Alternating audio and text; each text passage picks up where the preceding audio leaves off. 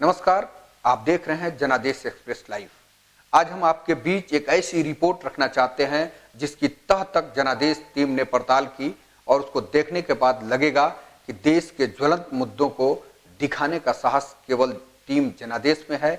आइए दिखाते हैं वो खास रिपोर्ट। बिहार की जनता अनभिज्ञ नहीं है। आज हम बात करेंगे नीतीश कुमार के वर्चुअल रैली में ऐसी छिछोरी घोषणाओं का जिन्हें शायद बिहार की जनता महसूस कर रही है, जो महज छलावा है और दिखावा है। जदयू कार्यकर्ताओं से चर्चा में बोले नीतीश कुमार, जिनको नहीं मिल रही शराब वह मुझे हटाना चाहते हैं। पर नीतीश कुमार जी को शर्म आनी चाहिए जो इस प्रकार की बातें बोल रहे हैं। जब नहीं मिल रही थी शराब तो हटाना चाहते हैं। नीतीश कुमार जी को यह जानकारी होनी चाहिए कि बिहार में सरकार तो उनकी चलती है, शराबबंदी की घोषणाएं उनके प्लानिंग पर की गई थी। बिहार में शराब का हाल ऐसा है जैसा भगवान का होता है, जो दिखता तो कहीं नहीं है पर मिलता हर जगह है। वैसे ही बिहार में शराब का हाल है, जो दिखता कहीं नहीं है और मिलता हर जगह है। देखिए, कुछ लोग बोलता है हमारे खिलाफ और उसका कारण जान लीजिए। सबसे बड़ा कारण है कि लोगों को चिढ़ है कि बिना मतलब का उल्टा पुल्टा करने का अवसर नहीं मिलता है, और एक तबका है जिसको इस बात के लिए चिढ़ है कि हमने शराबबंदी लागू कर दी। नीतीश कुमार ने अपने कार्यकर्ताओं को कर्पूरी ठाकुर जी का उदाहरण देते हुए उन्होंने कहा कि बिहार में शराब के धंधेबाज जो पहले से मेरे खिलाफ हैं, उनको शराब नहीं मिल रही है, वह मुझे हटाना चाहते हैं। कर्पूरी ठाकुर ने बिहार में शराबबंदी लागू की थी। सवा 2 साल तक तरह तरह से परेशान करके कुर्सी से हटा दिया गया, मगर बिहार की जनता का रुख सकारात्मक है, इसलिए मुझे ऐसे लोगों की परवाह नहीं है।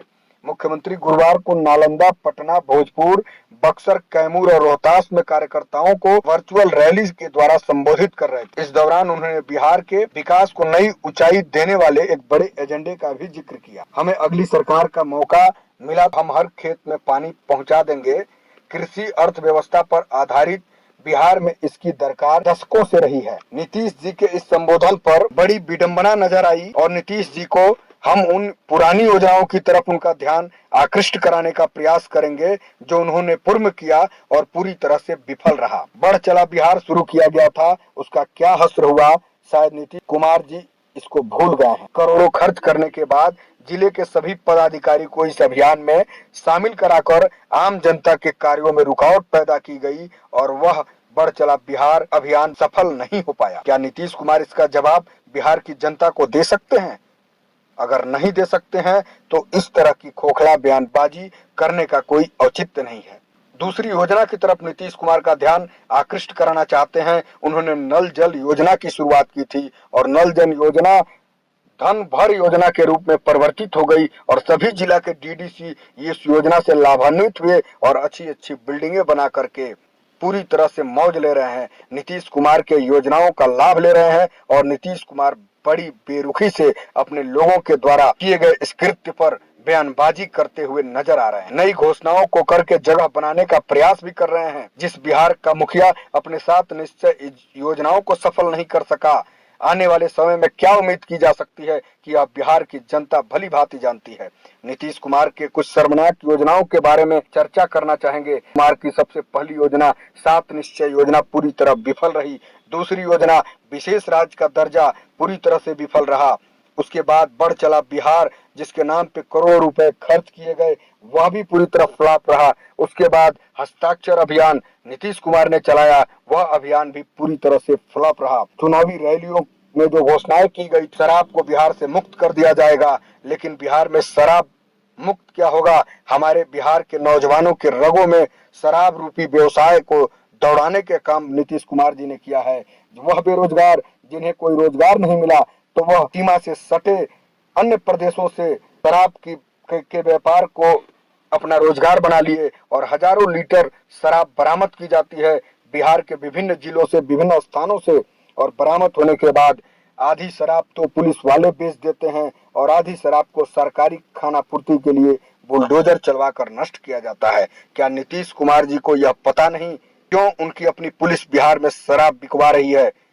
फिर इस प्रकार का ओछा आरोप किसी अन्य दल पर क्यों नीतीश कुमार केवल झूठ का पुलिंदा बना रहे हैं? वह नीतीश कुमार जो विगत 10 वर्षों पूर्व हुआ करता था, जो अपनी महत्वाकांक्षाओं के लिए बिहार में एक स्थान रखता था, और वही नीतीश कुमार समय के परिवर्तन के साथ अपनी महत्वाकांक्षाओं से ग्रसित होकर अपनी नैतिक जिम्मेदारियों का पतन कर चुका, जिसे बिहार की राजनीति में रहने का कोई अधिकार नहीं है। यह व्यक्ति देश के प्रधानमंत्री नरेंद्र मोदी का बहिष्कार केवल इसलिए करता है क्योंकि प्रधानमंत्री के रूप में उस व्यक्ति का नाम प्रमोट नहीं किया जाता है और वर्षों से चले आ रहे भाजपा के साथ अपने सारे संबंधों का विच्छेद करता है और पूरे बिहार को राजनीति 20 वर्षों तक राज करने वाले जंगल राज के मुखिया लालू प्रसाद यादव के साथ अपने संबंधों को जोड़ता है और मंच को साझा करता है। उसी समय नीतीश कुमार का नैतिक पतन हो जाता है और नीतीश कुमार को अब चाहिए राजनीतिक नेता की वजह से राजनीति का प्रयास कर दें और अध्यात्म पर चल पड़े।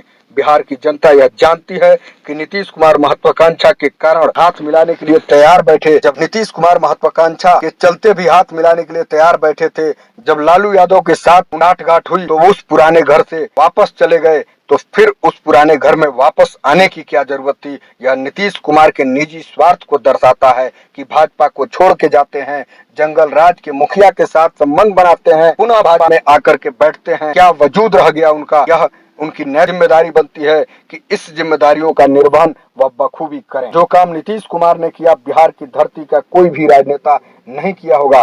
बिहार की धरती ने सपूतों की तुलना नीतीश कुमार बिहार के वर्तमान में कोई नेता नहीं कर सकता।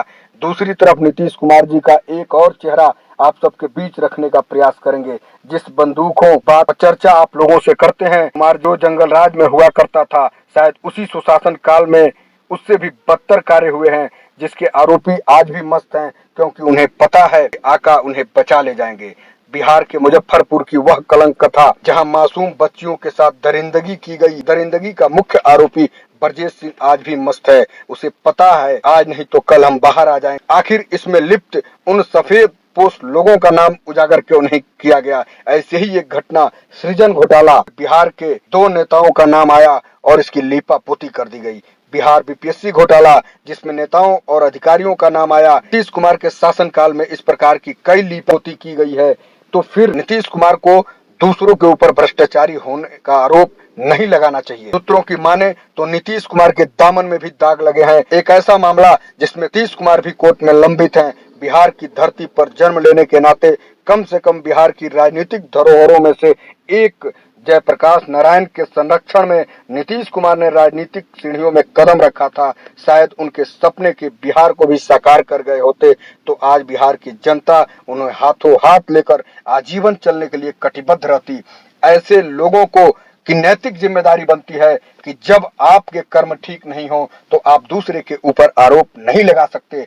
बिहार की जनता भली भांति को जानती है और समय आने पर अपने मताधिकार का प्रयोग करके बिहार की जनता यह दिखा देगी कि बिहार की जनता को कोई भी व्यक्ति बरगला नहीं सकता है। देश दुनिया की बड़ी खबरों के लिए आप देखते रहिए जनादेश एक्सप्रेस लाइव।